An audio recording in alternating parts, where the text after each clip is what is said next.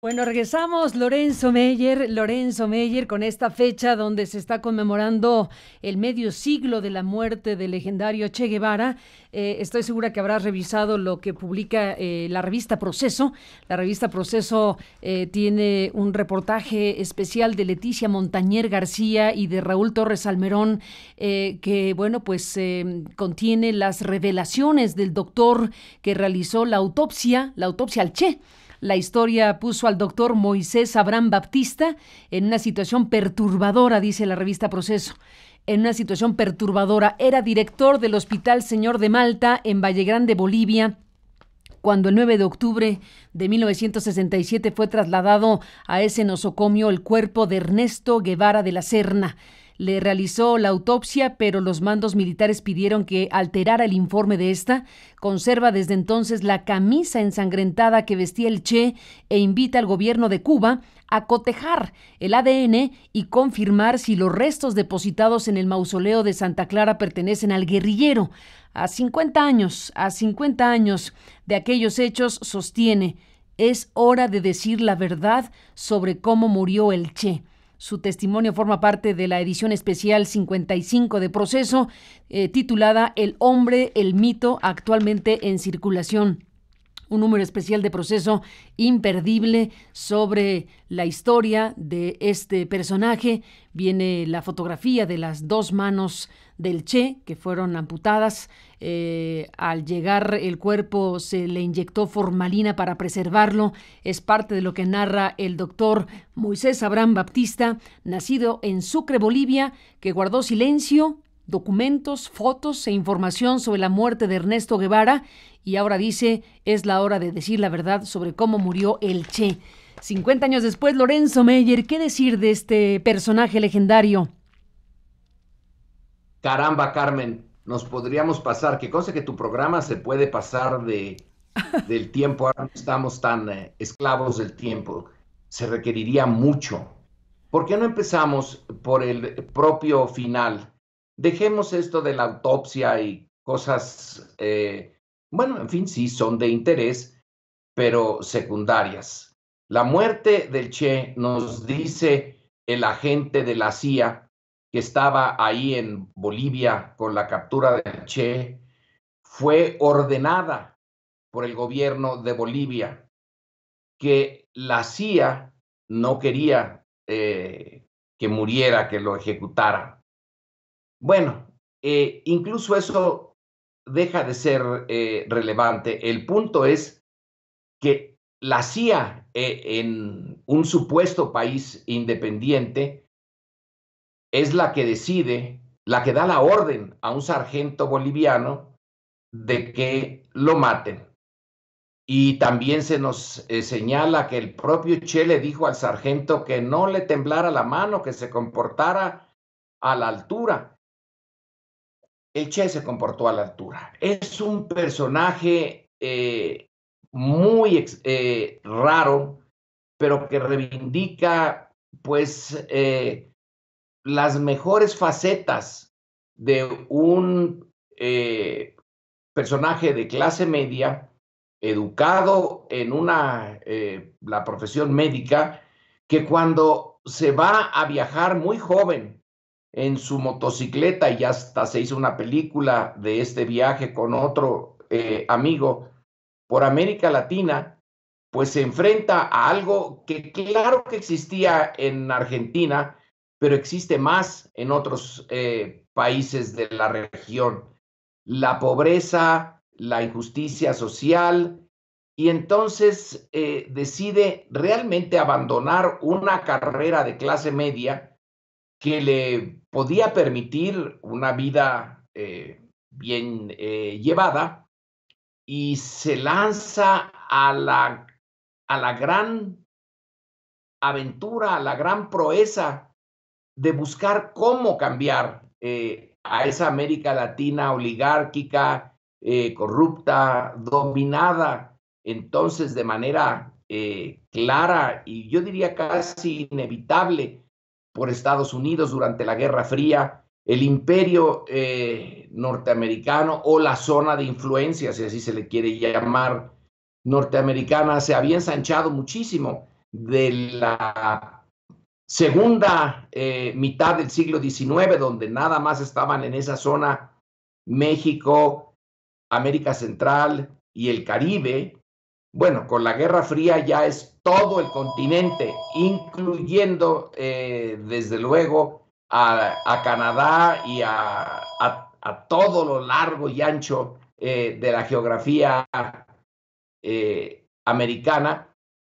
Y el pensar en retar a ese doble adversario, a los norteamericanos enfrascados en la Guerra Fría y en el anticomunismo y en mantener las estructuras de dominación latinoamericanas como estaban, y a las propias oligarquías latinoamericanas. Hay algo, digamos, ¿cómo le podríamos llamar? De suerte en esto. No estaba escrito que así fuera. Que se encuentra con Fidel, se encuentran en México, inician el dificilísimo y casi imposible proceso de desalojar a Batista de Cuba, que tenía el apoyo norteamericano. Yo pienso que en cierta medida agarran por sorpresa a los norteamericanos en Cuba y tienen éxito. Ahí viene una decisión que solo la tomó el Che con algunas otras personas, un puñado de cubanos que le siguieron, pero un puñado, mientras Fidel se queda a consolidar la revolución. El Che recibe la encomienda de ser la cabeza del Banco Central de Cuba, pero no, esto es constreñirlo. Entonces se va al África, abandona una posición de poder relativamente cómoda y congruente con sus ideas. No está traicionando ninguna idea al estar en una posición central en la Cuba ya revolucionaria, y se va al África y concibe la idea de hacer 1,50 o 100 Vietnams en todo el mundo, y de que la revolución es posible, no solamente en América, sino en el mundo marginal. Escribe su libro de el socialismo y el hombre nuevo en Cuba. Este librito a mí me impactó porque tiene la convicción, no demostrable desde luego, de que el cambio a fondo de las estructuras de poder, de las estructuras de clase, iba a modificar la naturaleza del ser humano. Es una propuesta fantástica, es una idea no muy lejana a las ideas religiosas.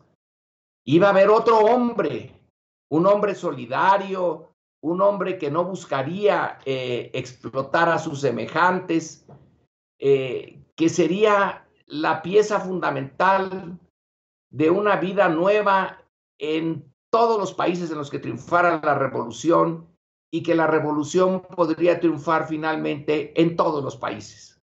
Vaya idea la del Che. Pero se topó con una realidad muchísimo más compleja de lo que él pensaba. Él creyó que podía hacer la revolución en África. Luego fue más modesto y decidió que tendría que hacerla en un sitio donde él pudiera conocerlo mejor, donde hablara la lengua y donde hubiera más afinidad. Y optó por Bolivia. No fue, ahora lo sabemos, pues no es gran ciencia, fue una decisión muy errónea. Sí. Bolivia no se parece en nada a Cuba. Es una sociedad en donde el mundo prehispánico está, y yo creo que seguirá presente. Una sociedad en donde no todos hablaban español, en donde la cultura rural de Bolivia era muy distinta a la cultura rural de Cuba, donde el Che se desarrolló, donde libró su batalla de Santa Clara, donde él podía entender a los cubanos, aunque fuera argentino. Pero aquí, estando en Bolivia, supuestamente más cercana a la Argentina, las fórmulas culturales le impidieron realmente a él, a los cubanos que iban con él y a los miembros del Partido Comunista Boliviano entenderse con el mundo enorme y tan extraño de la Bolivia indígena. Y ahí llegó la confrontación armada. Al final no logró despertar a masas bolivianas para que le apoyaran. Y ya al final, supongo yo, estaba perfectamente consciente de cuál sería su final. Y ese final lo tuvo con mucha dignidad. Es la herencia que nos deja. Se equivocó en su análisis de América Latina. Esta región es mucho más difícil de cambiar de lo que el Che pensaba. Y vaya, que si lo sabemos nosotros los mexicanos, que no hemos podido cambiar, a pesar de que existió la Revolución Mexicana. Hoy le da uno una vistada a las estructuras sociales mexicanas y caramba, cómo se parecen a los porfirianas. Y las porfirianas, cómo reproducen la parte esencial de la colonia.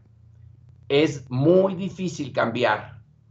Y la revolución, la idea de la gran revolución, bueno, no muere con el Che, porque en Nicaragua va a seguir, en Centroamérica va a seguir, los sandinistas van a triunfar, pero triunfan ya en un mundo muy pequeño, que es el de Centroamérica, muy constreñido por los norteamericanos. No es esa gran idea de la revolución continental del Che, y ya no pone ningún esfuerzo en que la revolución cree un hombre nuevo en Nicaragua. La Nicaragua de hoy, con sus dirigentes de hoy, aunque fueron revolucionarios, aunque fueron sandinistas, ya no tiene el vigor moral, ético que pedía el Che. Entonces, ¿qué puede uno decir? Es un magnífico fracaso. Es un gran esfuerzo, es un enorme esfuerzo por modificar lo más terrible de América Latina. Nos deja de todas maneras esta conmemoración de su muerte como un recordatorio de lo mucho, mucho que tenemos que hacer para más o menos aproximarnos a ese proyecto de crear unas condiciones donde haya un hombre nuevo, es decir, con una moral distinta, muy diferente a la del capitalismo.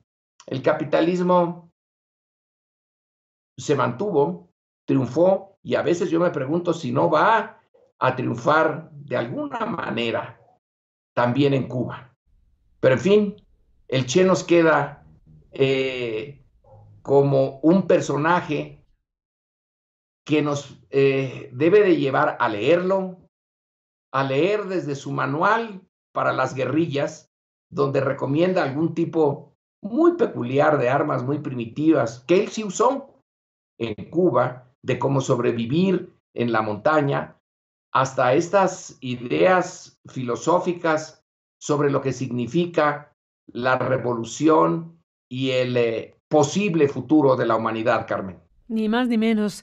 Pues Lorenzo Meyer, con esto cerramos el encuentro contigo, con Denise, con Sergio, esta mañana, si te parece. Te propongo que escuchemos, para ir a una pausa y regresar en la parte final de esta emisión, te propongo que escuchemos un fragmento del discurso que pronunció precisamente Ernesto Che Guevara cuando presentó un discurso, un histórico discurso en las Naciones Unidas, en la Asamblea Nacional, en la Asamblea General de las Naciones Unidas, representando a Cuba, un 11 de diciembre de 1964. Un discurso donde Guevara defendió la soberanía de Cuba, donde defendió precisamente esa revolución triunfante en plena Guerra Fría. Y bueno, pues habló de las naciones no alineadas que luchan contra el imperialismo, el colonialismo y el neocolonialismo, entre otras cosas. Este lunes 9 de octubre, Lorenzo Meyer, en donde estamos conmemorando estos 50 años de su captura y asesinato en Bolivia.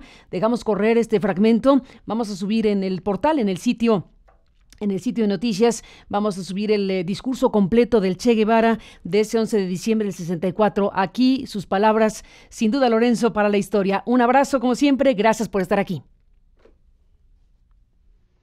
Como ha dicho Fidel Castro, mientras el concepto de soberanía exista como prerrogativa de las naciones y de los pueblos independientes y como derecho de todos los pueblos, nosotros no aceptaremos la exclusión de nuestro pueblo de ese derecho. Mientras el mundo se rija por esos principios, mientras el mundo se rija por esos conceptos que tengan validez universal, porque son universalmente aceptados y consagrados por los pueblos, nosotros no aceptaremos que se nos prive de ninguno de esos derechos. Nosotros no renunciaremos a ninguno de esos derechos. Nosotros queremos construir el socialismo. Nos hemos declarado partidarios de los que luchan por la paz. Nos hemos declarado dentro del grupo de países no alineados, a pesar de ser marxistas-leninistas, porque los no alineados como nosotros luchan contra el imperialismo. Queremos paz. Esta disposición nueva de un continente de América está plasmada y resumida en el grito que día a día nuestras masas proclaman como expresión irrefutable de su decisión de lucha, paralizando la mano armada del invasor.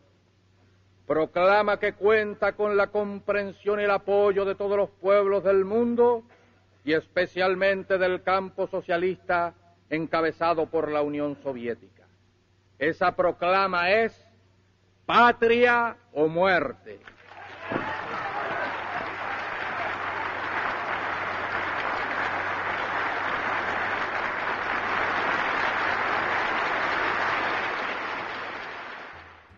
Desde la histórica altura, donde el sol de tu bravura le puso cerco a la muerte, aquí se queda la clara, la entrañable transparencia de tu querida presencia, comandante Che Guevara.